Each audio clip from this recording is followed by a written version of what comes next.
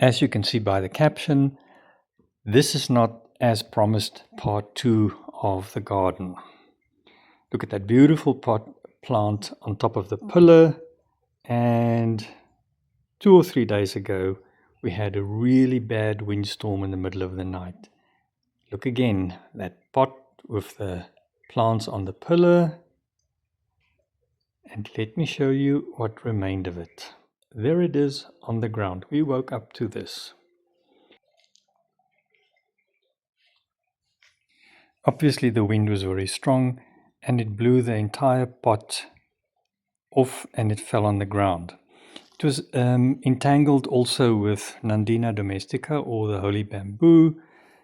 And yeah, sorry state, but this is the life of a gardener.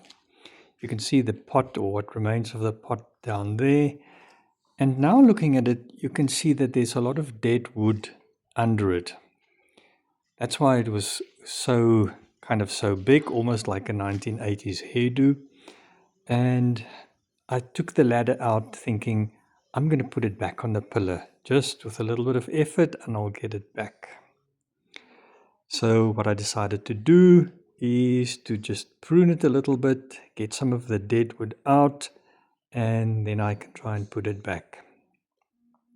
But you'll see, first what I want to do is to just entangle all the holy bamboo or nandinas, get out of it, entangle it, and then I can try and somehow get the pot back onto the pillar. It had a very heavy base, a cement base, where it was standing in water when you water it, so that it absorbs a lot of, good amount of water. Even the base fell off. Fortunately, it didn't break. And then as I was doing this, I realized this is not going to be an easy job. And it's not going to be a 5-minute job either. So you'll see I'm trying to get rid of most of the nandinas that's in there. It's quite tall, and I don't really want to get rid of it. I quite like it. It's very structural. I like the stems. It's not really a bamboo, it's just called that. In the foreground there is some different smaller species of nandinas, but the big one at the back, as far as I know, is Nandina domestica. This is going to take a while, so I'm going to speed it up a little bit.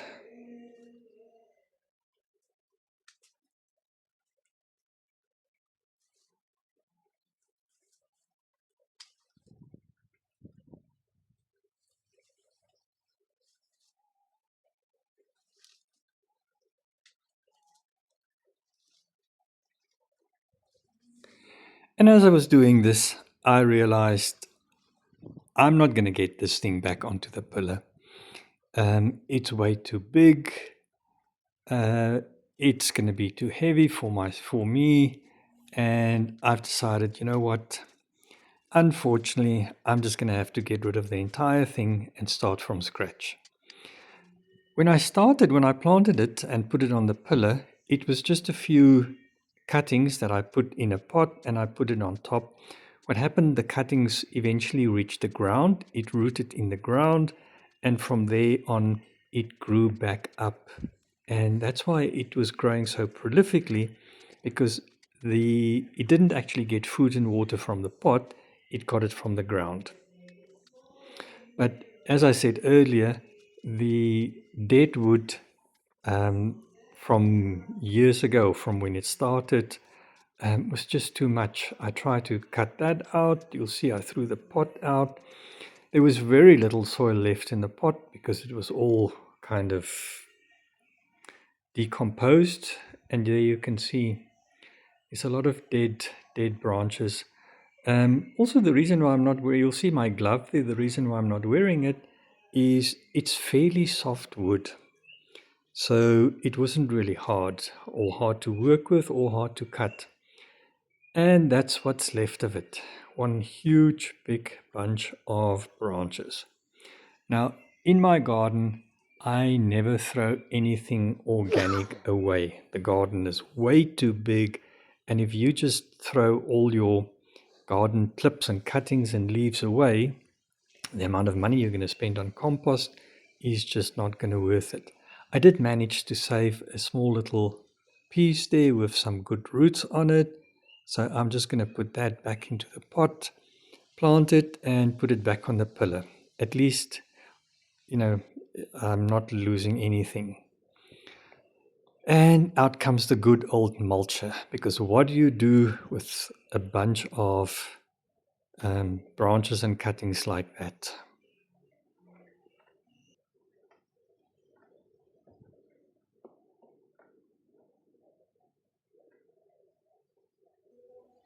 I've had this shredder for about 20 years and I often work with it. It's really a good little tool to have in a garden because you just have so much garden waste that you want to immediately start mulching your garden with. Now, before anybody complains that I put my hand in it, did you see how deep I have to put my arm in it to get to the blades? When I switch it on, something was in there and it got stuck, so I had to just rotate it a little bit, and there it started running. Now starts the tedious part of getting everything in there so that I can shred it and then use what is coming out as a mulch.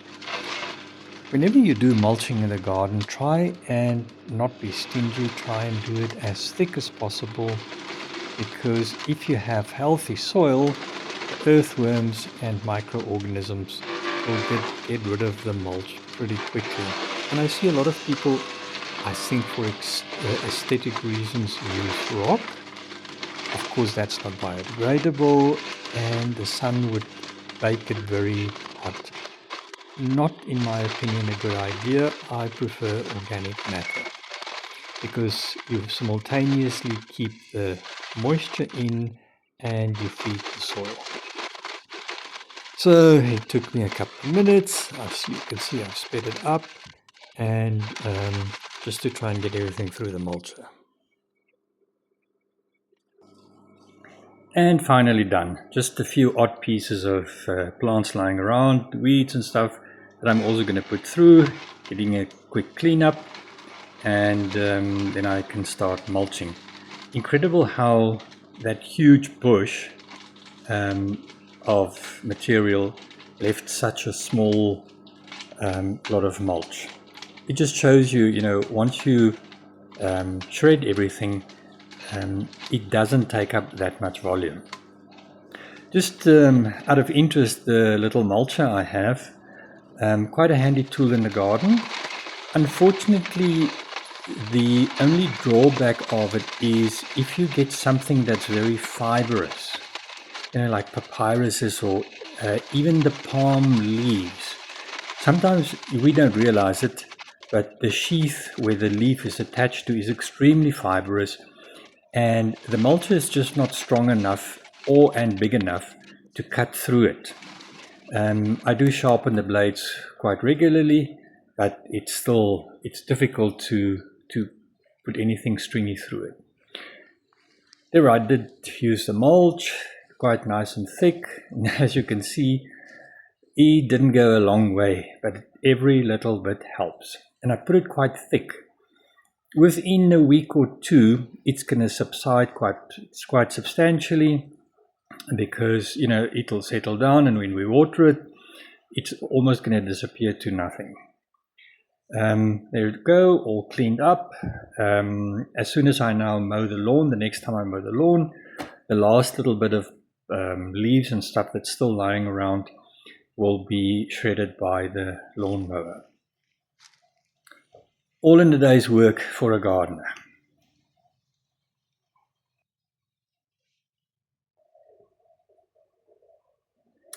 And then while I had the step ladder out, I thought, well, let me quickly do this. The wind also blew off some of the tillandsias that was draped over the metal rod there. It's lying on the ground. It's actually quite a bit. I'm not that happy with the look that I'm getting here. What I wanted to achieve is more of a curtain with all the Spanish moss or old man's beard, whatever you want to call it. There's another little piece there, and in there is some other tillandsias as well. And I wanted to really look like a garden. It's almost the look here that I get. There's a creeper also in between that. And you can see, I think the problem is in summer, the metal that it's hanging over gets extremely hot. It burns the plant, and the plant, as it goes over the metal, dies back. And I think that's basically the problem. I have put in a metal hook to see if that would help, and just throw a little bit of the tillandsias over it. There's also a piece of wire that you don't see, but it is in the tillandsias that fell on the ground. And what I'm going to try and do is just sort of wrap that around the metal pole and see if that's going to hold. The tillandsias is really an easy grower. I've seen people complaining that they struggle with it. Here's a few things that you have to keep in mind when you grow tillandsias. When you buy it from a shop, they usually sell it in a very small bunch, and that's the problem. The easiest way to make that bigger is not to hang it so that the wind blows through it. Hang it against either a tree or a stump. You don't want it in shade. Tillandsias don't grow in shade. They like full sun. They like a lot of sun. But hang it somewhere protected so that it doesn't dry out that quickly. The moment it dries out, obviously you're just going to lose it. The thicker it is, the denser it becomes, the more it retains moisture. Let me just speed this up. This is going to take forever. So my advice would be, if you buy a small bunch, or maybe hang it in a courtyard where it doesn't get a lot of wind, you don't really need to feed it. I never feed mine. It's just to keep it moist in the beginning and to make it grow quite thick. The thicker it is, the more it retains moisture, and the moment it's thick, you can go with weeks and weeks without watering it. The last little project with the step ladder is I put Monstera siltepicana on a pillar, and I was hoping it would hang down. I had it in the house. It looked spectacular. And when I put it outside, you'll see most of the leaves just withered away and died. The stems are green. There's nothing wrong with the stems. It's just that all the leaves died. I think it is from inside to outside. The leaves were not used to it. So what I'm going to do, I'm going to cut this off and propagate it.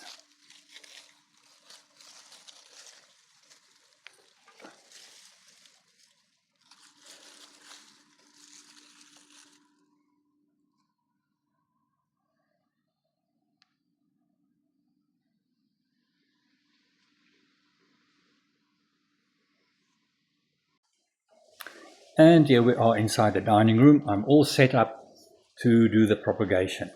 Cut it all off. I had it in a little bit of water. And now to try and separate all the little strings, cut it into smaller pieces, and then I'm going to pot it up directly and maybe put it in a airtight container just to keep up the humidity. And guess what? All my friends and relatives are going to get pots of little Monstera siltepicana as a gift for Christmas.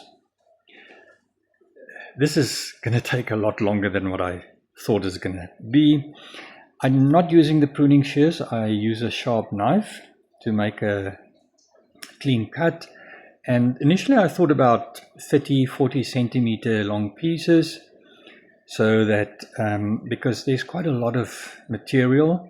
And what am I going to do if I cut it even smaller? If you want to learn to propagate, get yourself a siltepicana, Monstera siltepicana. In my opinion, they are one of the easiest plants to propagate. Unfortunately, I don't show it here in the video, but almost every node has got a short little aerial root. And similar to Deliciosa, it also forms roots throughout the stem. Yes, sometimes you do lose it when you propagate, but I would say 99% of all the propagations I've ever made took. So, and also when you get siltepicanas, if it's just one plant in a pot, and if you want it trailing, that's fine. As soon as the stem gets longer, take the growing point, put it back into the pot, let it root in there and hang over, because siltepicana really looks spectacular if you have a full pot full of trailing plants that hang over. I've tried to grow it into a tree, and that's why I had it up on the pillar. Hopefully it was going to grow up like the Deliciosa, but for some obscure reason, the aerial roots don't really want to grow or attach to bark or the tree or whatever.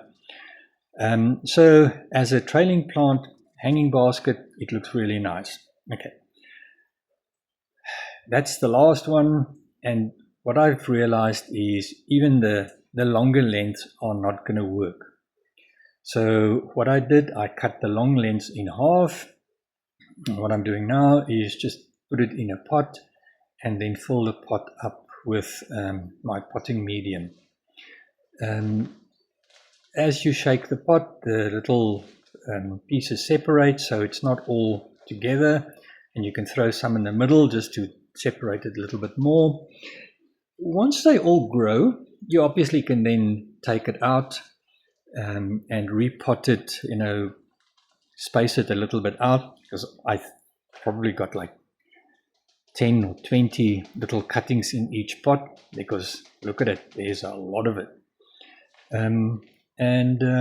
Once they grow well or prolifically, then you can take it out and put 4 or 5 in this size pot. Just a few more. You'll see it's quite a big bunch that I take and I pot up in a pot.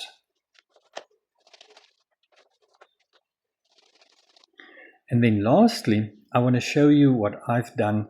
I just use a normal cold drink bottle, cut the top off, put quite a few holes in it, and I do not put holes at the bottom. I leave about 4 or 5 centimeters from the bottom is the last hole, so there technically is a little bit of water in the bottom, which keeps your medium wetter for longer, so you don't have to, I suppose some people would call it semi-hydro, so that you don't have to water it as often. This really depends on the medium that you use. It works well for mine. And you'll see what I also do, once I water it, I tip I let it stand for a while, and then I tip the container to its side so that all the excess water that did accumulate at the bottom, well, most of it, drains out. Obviously there's going to be a little bit left at the bottom, but that's fine. It just keeps my medium a little bit wetter or more moist for longer, and it works for me. I don't know that anybody else would use this method, but I enjoy it. Last thing to do is just let the excess water run out, because I had it in a little tray with water, put it into a propagation box, and I'll update you on this when it looks good and when they all are actively growing. At some point I'm going to divide them into less cuttings per pot, but that's fine. For now I just want them to properly root. And you can see here, once you lift this empty or this bottle up, just let the water that accumulated at the bottom, let it run out. Once that run out, then also put that into the propagation box, and there you go. Thank you if you've made it all this far. Thank you for watching. Please subscribe, please leave a comment or a like, and I will see you in the next one.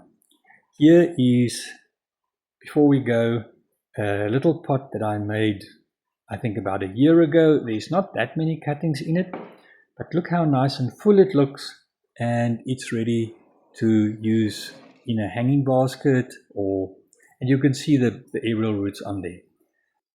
Okay, I promise the last one before I go. This is a hanging basket I also made the same time as the previous one.